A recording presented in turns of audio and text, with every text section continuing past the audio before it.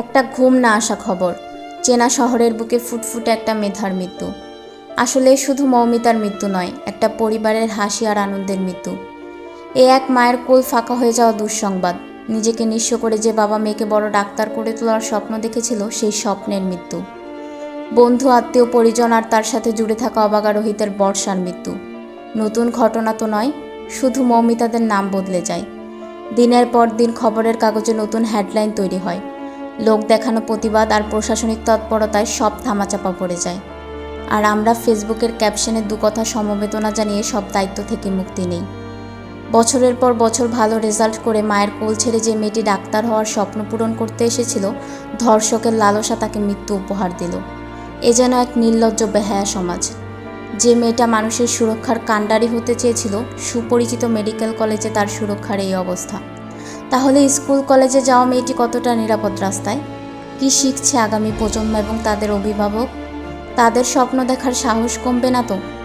সন্তানের কেরিয়ারের স্বপ্ন পূরণ করতে গিয়ে তাদের হারিয়ে ফেলার ভয়ে দেশ থেকে আরও একটা ডাক্তার কিংবা ইঞ্জিনিয়ার কমে যাবে না তো? চারিপাশে যখন এত নরপিশাচের ভিড়, তাহলে তো প্রাথমিক শিক্ষার পাশাপাশি আত্মরক্ষার জন্য মেয়েদের ক্যারাটে, মার্শাল আর্ট শেখানো উচিত। মেয়েদের সুরক্ষা নিয়ে এত প্রশ্ন ওঠে, মানুষ খিল্লি করে, কেন ওদের জন্য এত স্পেশাল, কেন ওদের জন্য আলাদা সুযোগ? তাহলে এবার উত্তর দিতে হবে সেই নির্লজ্জ মানুষদের। কে দায় নেবে এই মৃত্যুর? কে দায়িত্ব নেবে মেয়েদের সুরক্ষার? এমন শিহরিত ঘটনা ঘটলে বারবার প্রশ্ন উঠবে মেয়েদের সুরক্ষা নিয়ে। নারী মানে শুধু নিজের আদরের স্ত্রী নয়, নারী মানে মা, বোন, দিদি, মেয়ে। তারা সমাজের এক একটি সম্পদ। তাদের নিরাপত্তার দায়িত্ব কি সকলের নয়? কাকে ভরসা করব আমরা? রাস্তার মোড়ে যে ছেলেটা মোটিভেশনাল কথা বলে, নৈতিকতা শেখায়, যে ছেলেটা ফেসবুকে সুন্দরী মেয়েদের চ্যাটিংয়ে ইমপ্রেস করে, অন্ধকারের বয়স বাড়লে গুগলে সার্চ করে www.আসক্তি+মোহ, পাড়ার চরিত্রবান কাকু আদর করার অজুহাতে সারা শরীর ছুতে যায়। হায় রে আমার পুরুষ সমাজ, এখন তো মানুষ দেখলেই ভয় করে। সত্যি কি পৃথিবীর কোনো আইন জানে না কিভাবে বিকলাঙ্গ করতে হয় ওই নরপিশাচের লালসার ধারালো অস্ত্র?